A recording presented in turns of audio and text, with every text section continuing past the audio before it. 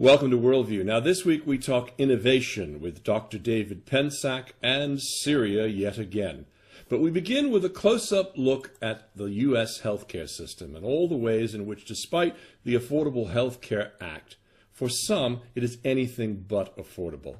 Now, the U.S. healthcare system boasts some of the world's best doctors and the world's most expensive and poorly run hospital and insurance systems. Chris and Otto Kyriakidis have spent almost 2 decades navigating this system.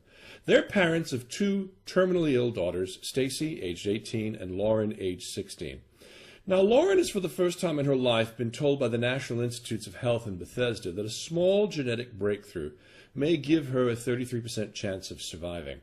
It's the first time since she was born that she or her family have ever been told that Lauren will not die within a few short years of being born. And despite the odds, her entire family successfully managed and kept their own life private. And they've touched many lives, individuals, charities, and now they need major help and are forced to expose a private life they've struggled so hard not to have to share or burden anyone with. Now, success for Lauren depends on a rare, complicated, dangerous immune system transplant. The catch, is that it must be started within the next 90 to 180 days. The big stumbling block? Finding a hospital that is acceptable to Otto's insurance. And it has to be a hospital and team that have performed this rare type of operation. And she needs a donor. None of her family are matches. Worldwide, only one has been found. But will it fit and be acceptable inside the insurance system? And the kicker? A minimum basic deposit of cash. Between $800,000 and $2 million before a hospital will even consider taking the risk. Now, when I first heard this story, it was shocking and embarrassing that a pair of decent, hard-working parents who've already given so much are given a ray of hope, but are asked to climb the equivalent of Mount Everest and then K2 in successive weeks.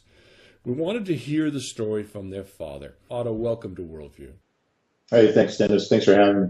Oh, listen, it's a pleasure, and I wish we were talking under different circumstances. Now, full disclosure, Otto and I have known each other for years. I used to live in Los Angeles, and I always knew the girls were ill, but I never understood the extent of their challenge. So perhaps we should start there, Otto. Let's introduce everybody a little bit, if you can, to the disease and what its scope is to the audience here.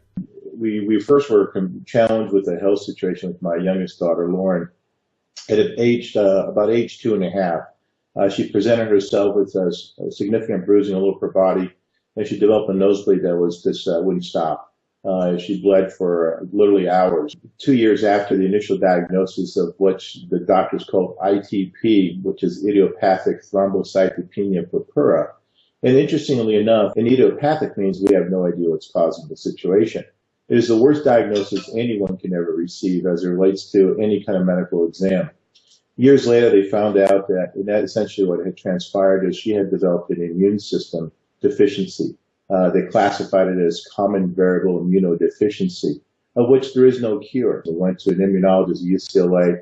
He basically pegged her odds at about 10 years of age or 11 years of age. She wouldn't make it much past that. Because of this immunodeficiency, her greatest risk will be pulmonary failure. And over the years, we contended with a number of different procedures in terms of treatment, infusions of immunoglobulin, which were required, or IgG. They ran about $15,000 every 3 weeks for treatment. So you can imagine immediately the first thing any health insurance company would prefer not to have on the policy. And when you have something that is so unique, you're fighting a system that is basically bureaucratic and set in stone in terms of what they will and will not do. The challenges in the States is that your health insurance goes with your job.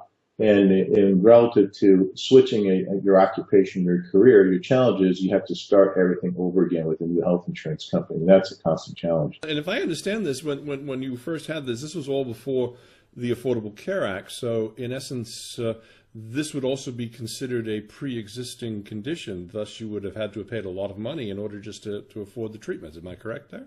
That is correct. We have, a couple of challenges in states prior to the Affordable Care Act was the fact that there was a cap on coverage. Some health insurance companies would go to $1 million or $2 million maximum coverage, which means that once you hit that threshold, basically they would drop you from the policy. The other one is in a pre-existing condition scenario. she was uninsurable. Nobody would pick her up and cover her because of the pre-existing condition. And then the other factor, the Affordable Care Act that was passed, is the fact you can insure your child up to 26 years of age. As we look at her growth and her future, the challenge is that what happens when she turns 18, or what would happen to her when she passes 26? No for-profit health insurance company would want her on the policy. Those CEOs are paid on financial performance. The best way to improve financial performance is increase revenue by increasing premiums and reducing costs by denying claims. And the reality is, when you have that kind of fiscal requirement for treating someone, she's certainly not someone that a health insurance company would seek out and put on a policy. So let me ask you, how do you get through the day, Otto? I mean, if it was me, I'd be a basket case watching, my daughters as ill, if they were as ill as yours have been. How do you maintain a normal life, and how do you manage to you've played by the rules, you've done everything you're supposed to do. How do you make it from day to day on this? You count your blessings every single day. You're grateful for the fact that what you have is a blessing indeed, because we have two beautiful daughters. I will tell you this, Dennis, both of them are being treated. My oldest daughter was diagnosed with an autoimmune dysregulation called Castleman's disease, and we were uncertain what that prognosis would be, and she was diagnosed a few years after Lauren's diagnosis was revealed to us. We were in the hospital, and they're both getting treated. And, it's interesting how, things happen in a certain mysterious way, is the fact that as one was discharged and the other one continued to be inside that room, because we have both daughters in the same room, they brought in another child that was dealing with cancer and just had her leg amputated. So you realize, as challenging as your situation is, there's always someone who has it worse, and it gives you the ability to keep things in context and count your blessings every day that you're able to fight the system and work with these talented medical professionals that have given us continued hope and life for my youngest daughter. Now, Otto, Lauren was already having a series of treatments, and one of the things that I find rather unbelievable in some of our off-camera discussions is that, she could be having treatment for up to 3 months at a time, and then suddenly the insurance company would start to raise questions about the costs. Talk a little bit about how that worked. Well, essentially what the insurance companies are doing is looking for loopholes within the policy and all the, lawyer-produced documentation that they can deny coverage because they deem it not medically necessary. So that your challenge is you're fighting a system which their medical director, whoever that person might be, may just basically say, well, we don't feel it's medically necessary, so therefore we're not covering it. However, if you believe it's medically necessary, then you can write a check for it yourself out of your own pocket. And the frustration is the fact that they're going against every single doctor that treats her and the specialist that's there, and you really have to fight them tooth and nail and threaten a lawsuit because you want to basically take their qualities as a medical director and their expertise and put them against the people that really know what they're doing. And unfortunately, they don't have that skill set. Most of them have basically spent maybe a couple years in the medical profession actually practicing medicine after coming out of medical school. My perception is they didn't like that area, so they go work for the health insurance companies, and their job is to be Dr. Knows, which to deny expensive medications and treatments. In theory now, with the Affordable Health Care Act, pre-existing conditions and things of that sort are supposed to be covered, are they not? Well, pre-existing conditions is basically they can't deny you to get health care insurance, but that doesn't necessarily guarantee the fact that you're going to get the care that you need. And that's the loophole in which everyone's struggling with. Again, it goes back to we make more money by controlling costs. We control costs by not denying care that's needed. So basically, if it becomes too expensive, or you become too expensive, they just raise your premiums, and then you've got to figure out how to do this, or they just say no. Is that really what's happening? Exactly. It's economic. They price you out of the market. I mean, so it's a loophole in which we can't deny you, but if you want coverage, it's going to cost you more money than you can afford. It just seems so blasted unfair. It is. It's a free enterprise system at its worst.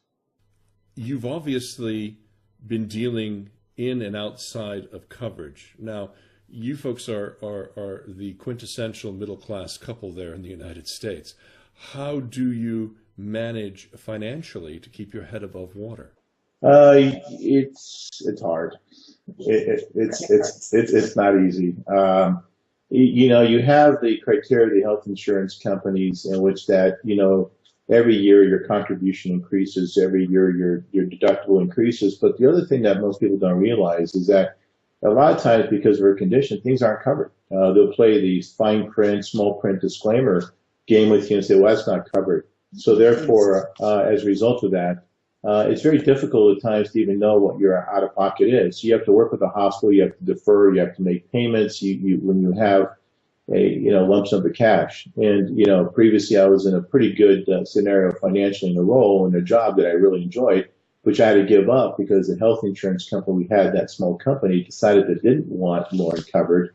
And what they did was, as soon as they discovered the sheer magnitude of financial impact that her care will have, they disclosed my conversation with them, they disclosed the cost of her care to my employer, they disclosed the fact that their run ratio would be poor, they disclosed that if I stayed with the company, they wouldn't renew the policy.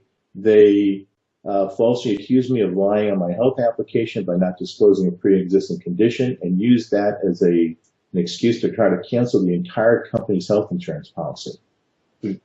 So when you think about all the challenges you have, and you finally get yourself in a position that allows you some variable income from commissions that you earn from the fruits of your labor, the challenge is the fact that this was taken away from me because the health insurance company didn't want to cover it. So I had to make a switch career-wise, take a lower-paying job in the hopes my new employer has better, robust health insurance. Now, Otto, the clock is clearly ticking here. So if somebody watching this broadcast wanted to help, how could they help? Well, we certainly would appreciate the help and, feel embarrassed to even ask for it, but the circumstances are such that we certainly would appreciate it. We're working with an organization called GoFundMe, which is set up an account where people who would like to support her medical care can go to, and that's at GoFundMe.com. And all you have to do is select or input Lauren's name, Otto Kyriakidis, and they'll give you an opportunity to actually make a donation if somebody feels that that's appropriate. And we certainly appreciate the help.